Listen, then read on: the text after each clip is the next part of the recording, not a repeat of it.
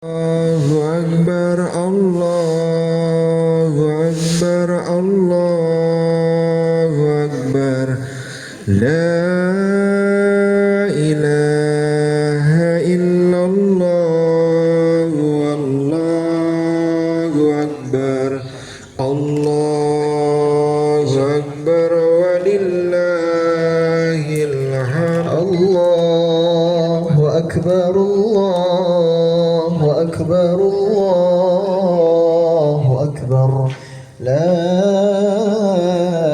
ilaha illallah, Wallahu Akbar. Allahu Akbar, walillahil hamd. Allahu Akbar, Allahu Akbar, Allahu Akbar. La ilaha illallah, Wallahu Akbar. Allahu Akbar, walillahil hamd.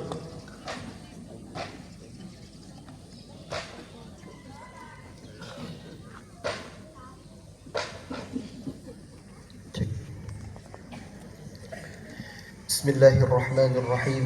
Assalamualaikum warahmatullahi wabarakatuh. Allahu Akbar, Allahu Akbar, Allahu Akbar, Allahu Akbar, Allahu Akbar, Allahu Akbar, Allahu Akbar, Allahu Akbar, Allahu Akbar, walillahil hamd. Allahu Akbar kabira, walhamdulillahi katsira, wa subhanallahi bukratan wa asila. La ilaha illallah wa la na'budu illa iyyahu mukhlishina lahuddin, walau karihal kafirun. Alhamdulillahi ala ihsanih, wa syukru lahu ala taufiqihi wa amtinanihi. أشهد أن لا إله إلا الله وحده لا شريك له تعظيما لشأنه وأشهد أن سيدنا محمدا عبده ورسوله الداعي إلى رضوانه. اللهم صل وسلم وبارك على سيدنا محمد وعلى آله وأصحابه أجمعين ومن تبعهم بإحسان إلى يوم الدين. أما بعد، فيا عباد الله، أوصيكم ونفسي بتقوى الله لعلكم تتقون. فقد فاز المتقون. يا أيها الذين آمنوا اتقوا الله حق تقاته ولا تموتن إلا وأنتم مسلمون. Sadaqallahul azim. Jamaah salat Idul Adha yang dirahmati oleh Allah Subhanahu wa taala. Segala puji bagi Allah Subhanahu wa taala, zat yang masih mempertemukan kita dengan hari yang agung ini. Hari raya pengorbanan, hari raya ketundukan, hari ketika langit dipenuhi takbir dan bumi dipenuhi pelajaran tentang arti keikhlasan. Kita berkumpul pada pagi hari ini yang mulia ini bukan hanya untuk merayakan Idul Adha, tetapi untuk mengingat suatu hal penting, bahwa hidup seorang mukmin sejatinya adalah tentang bagaimana ketaatan kita kepada Allah Subhanahu wa taala walaupun keadaan terberat sekalipun. Jamaah Idul Adha yang dimuliakan Allah Subhanahu wa taala, kemudian khatib berwasiat kepada diri saya pribadi dan kepada seluruh jamaah sekalian, marilah kita berusaha meningkatkan ketakwaan kita kepada Allah Subhanahu wa taala dengan sebenar-benarnya takwa, karena tidak ada bekal yang terbaik dalam perjalanan hidup ini selain ketakwaan kepada Allah Subhanahu wa taala. Hari ini kita belajar dari kisah seorang ayah, seorang nabi, seorang hamba pilihan Allah, Khalilullah, Nabi Ibrahim alaihi salam. Ketika Allah memerintahkannya untuk mengorbankan sesuatu yang paling dicintainya, beliau tidak mendahulukan logika, tidak pula mendahulukan hawa nafsunya. Beliau lebih memilih untuk taat kepada Allah Subhanahu wa taala. Karena beliau yakin Perintah Allah tidak pernah membawa kehancuran, dan pengorbanan di jalan Allah tidak pernah berakhir dengan kerugian. Allahu Akbar, Allahu Akbar, Allahu Akbar, walillahil hamd. Jamaah yang dirahmati Allah Subhanahu wa taala, setiap kali Idul Adha menyapa, ingatan kita secara otomatis beralih ke ribuan tahun silam. Sebuah lembah tandus di Makkah, kita kembali mengenang sebuah sejarah yang paling menggetarkan hati nurani kemanusiaan. Kisah pengorbanan Nabi Ibrahim alaihissalam dan putranya Nabi Ismail alaihissalam. Hari ini mari kita bedah kisah ini dari sudut pandang yang jarang kita renungkan secara mendalam. Mari kita maknai keikhlasan hati seorang ayah melalui sebuah judul, Ibrahim tidak kehilangan Ismail. Seringkali kita salah memahami konsep keikhlasan dan pengorbanan. Kita mengira bahwa ketika Ibrahim mengayunkan pisau ke leher putranya, Ibrahim sedang bersiap-siap untuk kehilangan Ismail. Kita mengira ikhlas berarti pasrah kehilangan apa yang kita cintai. Namun ketahuilah wahai hadirin, Ibrahim sesungguhnya tidak pernah kehilangan Ismail. Justru karena keikhlasannya lah Ismail abadi bersamanya. Allah Subhanahu wa taala berfirman dalam Quran surah As-Saffat ayat 102. A'udzu billahi minasyaitonir rajim. Falamma balagha ma'ahu as-sa'ya qala ya bunayya inni ara fil manami anni adbahuka fanzur madza tara. Qala ya abati if'al madza tu'mar satajiduni insyaallahu minas sabirin. Allah Subhanahu wa taala berfirman, maka tak kala anak itu sampai pada usia baligh, berusaha bersama-sama Ibrahim. Ibrahim berkata, wahai anakku, sesungguhnya aku melihat dalam mimpi bahwa aku menyembelihmu, maka fikirkanlah apa pendapatmu. Ia menjawab, wahai bapakku, kerjakanlah apa yang diperintahkan kepadamu. Insya Allah kamu akan mendapatiku termasuk orang-orang yang sabar. Perhatikan hadirin kalimat Nabi Ibrahim, wahai anakku. Ini adalah panggilan cinta. Ibrahim telah menanti buah hati ini selama puluhan tahun dalam kesunyian malam dan doa yang panjang. Ketika anak itu tumbuh menjadi remaja yang tampan, yang cerdas dan berbakti kepada orang tua, Allah meminta Ibrahim untuk menyembelihnya. Mengapa Allah meminta hal itu? Apakah Allah butuh darah Ismail? Tidak. Apakah Allah tega menyiksa perasaan seorang ayah? Sama sekali tidak. Allah ingin membersihkan hati Ibrahim dari berhala kecil yang mulai tumbuh. Berhala itu bernama keterikatan yang berlebihan kepada makhluk. Allah ingin menegaskan bahwa di hati seorang kekasih Allah, Khalilullah, tidak boleh ada cinta yang menandingi atau setara dengan cintanya kepada Allah Subhanahu wa taala. Allahu Akbar, Allahu Akbar, Allahu Akbar, walillahil hamd.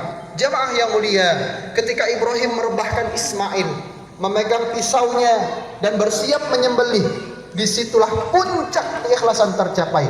Ikhlas dalam arti sesungguhnya melepaskan kepemilikan mutlak dan mengembalikannya kepada sang pemilik hakiki. Ibrahim sadar, Ismail itu bukan milikku, dia milik Allah. Dia hanya titipan, dia pemiliknya, meminta ia kembali. Apa hakku untuk menahannya?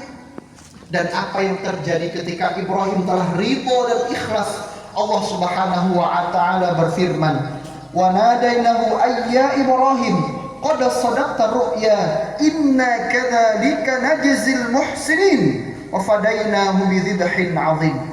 Dan kami panggillah dia, wahai Ibrahim, sesungguhnya kamu telah membenarkan mimpi itu. Sesungguhnya demikianlah kami memberi balasan kepada orang-orang yang berbuat baik, dan kami tebus anak itu dengan seekor sembelihan yang besar. Quran surah As-Saffat ayat 104 sampai 107. Lihatlah begitu Ibrahim melepaskan Ismail di hatinya karena Allah justru mengembalikan Ismail secara fisik ke pelukannya. Jikalau Ibrahim menolak perintah Allah karena ego dan nafsu kepemilikannya, bisa jadi dia akan benar-benar kehilangan Ismail selamanya, baik di dunia maupun di akhirat. Inilah hukum alam spiritual yang diajarkan Idul Adha kepada kita. Apa yang kamu genggam erat karena nafsu, ia akan lepas dan hilang. Namun apa yang kamu lepaskan karena Allah, Allah akan mengembalikannya kepadamu dalam bentuk yang lebih jauh, lebih indah dan abadi. Nabi Muhammad SAW menguatkan hakikat ini dalam sebuah hadis sahih. Rasulullah SAW bersabda, sesungguhnya tidaklah engkau meninggalkan sesuatu karena Allah Azza wa Jalla, kecuali Allah akan menggantikannya dengan sesuatu yang jauh lebih baik bagimu. Hadis riwayat Ahmad. Allahu Akbar, Allahu Akbar, Allahu Akbar, walillahil hamd. Ayah, ibu, dan saudara-saudara sekalian yang dimuliakan oleh Allah Subhanahu wa taala, mari kita bawa kisah ini dalam kehidupan nyata di dunia ini. Mari kita bercermin pada wajah kita masing-masing. Berapa banyak dari kita yang saat ini sedang kehilangan anak-anak kita, justru karena kita tidak meniru keikhlasannya Ibrahim. Kita menggenggam anak-anak itu dengan ambisi duniawi, tapi kita abaikan akhirat mereka. Kita takut mereka miskin di dunia, tapi kita tidak takut terbakar di neraka.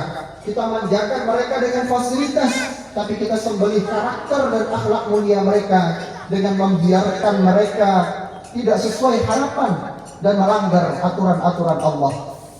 Ketika kita merasa memiliki anak secara mutlak, kita akan menuntut mereka membalas budi. Kita akan stres ketika mereka tidak sesuai harapan, dan kita akan hancur saat mereka diambil oleh takdir. Namun jika seorang ayah mendidik anaknya dengan kacamata Ibrahim, memandang anak sebagai amanah Allah yang harus diantarkan kembali kepada Allah, maka ayah tersebut tidak akan pernah kehilangan anaknya. Anak itu akan tumbuh menjadi Ismail modern, anak yang jika dinasihati mengatakan, wahai ayahku, lakukanlah apa yang diperintahkan Allah kepadamu, engkau akan mendapati aku termasuk orang-orang yang sabar.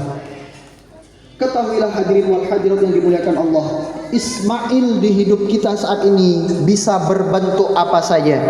Ismail kita mungkin adalah harta kekayaan kita. Ismail kita mungkin adalah jabatan dan popularitas kita. Ismail kita mungkin adalah ego, kesombongan, dan rasa paling benar yang ada di dalam dada kita. Idul Adha hadir untuk bertanya kepada kita, sudahkah kita menyembelih Ismail ilusi yang ada di hati kita? Menyembelihnya bukan berarti menghancurkannya.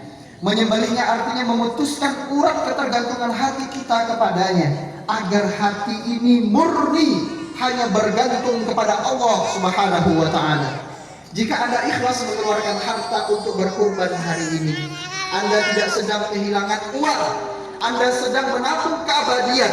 Jika Anda mengorbankan waktu ego Anda untuk bersujud dan berbakti, Anda tidak sedang kehilangan kebebasan, Anda sedang menjemput kemerdekaan jiwa yang sejati. Jamaah yang dirahmati Allah Subhanahu wa taala, mari kita jadikan momentum Idul Adha ini sebagai penyembelihan ego. Jangan biarkan hewan kurban yang kita sembelih mengalir darahnya sia-sia tanpa mengubah kualitas takwa kita. Allah Subhanahu wa taala berfirman, qala Allah taala fi kitabihil karim, la yanalullaha luhumahuma wala dima'uha walakin yanalut taqwa minkum.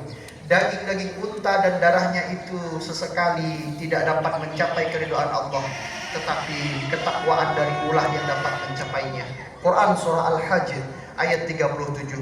Semoga Allah Subhanahu wa taala menganugerahkan kepada kita semua hati yang ikhlas, seikhlas Nabi Ibrahim alaihi salam, jiwa yang tegar setegar Nabi Ismail alaihi salam, dan kelapangan dada sehebat ibunda Hajar, yaitu ibunya dari Ismail alaihi salam.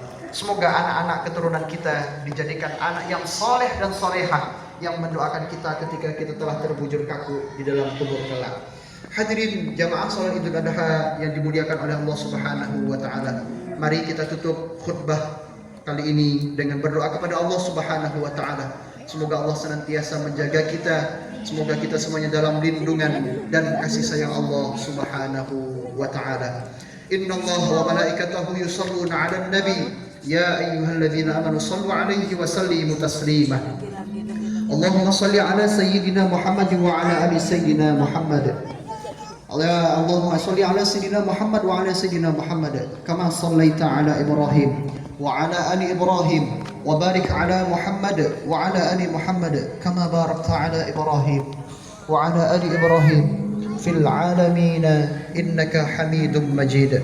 اللهم اغفر للمسلمين والمسلمات والمؤمنين والمؤمنات الأحياء منهم والأموات إنك سميع قريب مجيب الدعوات يا قاضي الحاجات.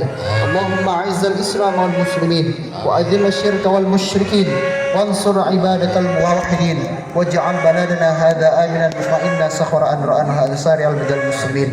اللهم اجعل من أهل الإخلاص كما جعلت إبراهيم عليه السلام خليلا. اللهم نقي قلوبنا من تعلق بغيرك واجعل حبك وحب رسولك أحب إلينا من أنفسنا وأهلنا وأمرنا والناس أجمعين. اللهم بارك في أولادنا وذرياتنا واجعلهم قرة أعين لنا واجعلهم مطيعي صابرين كما جعلت إسماعيل عليه السلام برا بوالده. ربنا هب لنا من أزواجنا وذريتنا قرة أعين واجعلنا للمتقين إماما. اللهم اشف مرضانا ومرضانا المسلمين.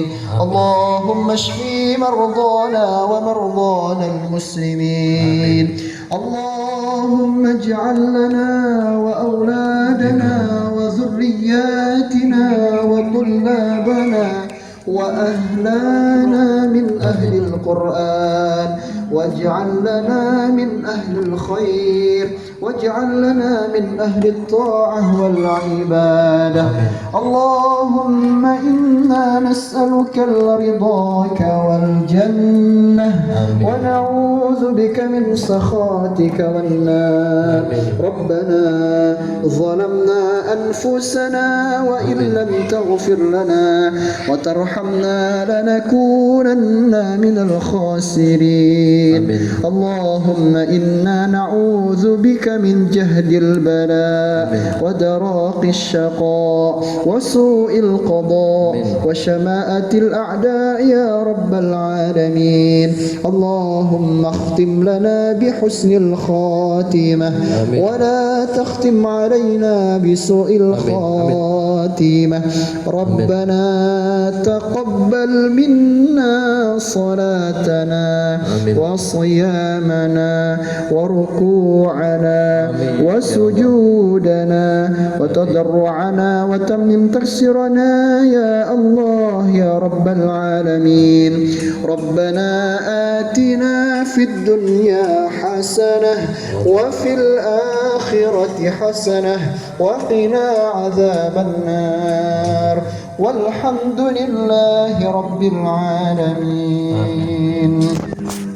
عباد الله إن الله يأمر بالعدل والإحسان وإيتاء ذي القربى وينهى عن الفحشاء والمنكر والبغي يعظكم لعلكم تذكرون.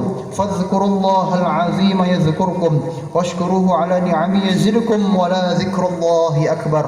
والسلام عليكم ورحمة الله وبركاته. Waalaikumsalam warahmatullahi wabarakatuh. Terima kasih matur nuwun saya sampaikan kepada beliau Bapak Al Ustaz Muhammad Amin yang telah menyampaikan khotibnya khotbahnya pada bagian ini.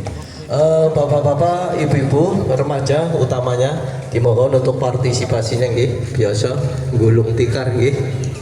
Terus untuk pengurus diminta untuk sesi foto bersama dengan Pak Ustadz, dan untuk ibu-ibunya jangan lupa nanti nggih jam 7 kita bisa ngumpul bareng untuk pelaksanaan penyembelihan.